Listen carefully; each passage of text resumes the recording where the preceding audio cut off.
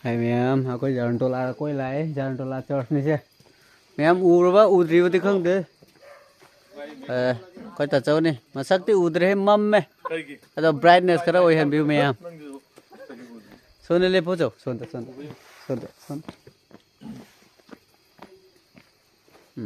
Ni udri. Udri.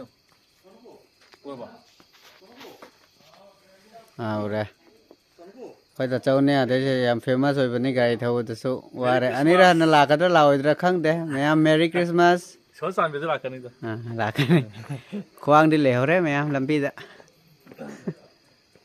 Sini decoration. Jisu popoi kumon thorom galoi na, mari le na. Koi jalan tol ada lak se bani, yang wana lak se re. Ma'am so happy Merry Christmas, yai prabhu mangol. Mi pum makithak ta ing thapoisu no. Koi jalan tol singlup su ing thaba. Isona ing thaba pi boisu no. Se thon micha. Thon micha le mafam khudi makta isori ing thaba pi boisu no.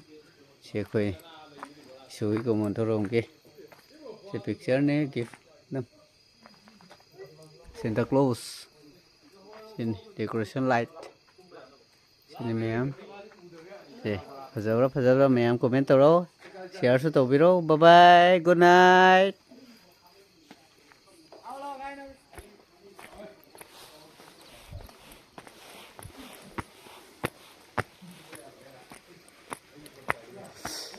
La la la la la la.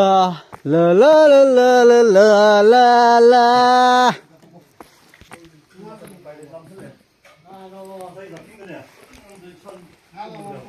Ma'am chang ne. Kari chang no khang de. Kai matin lo.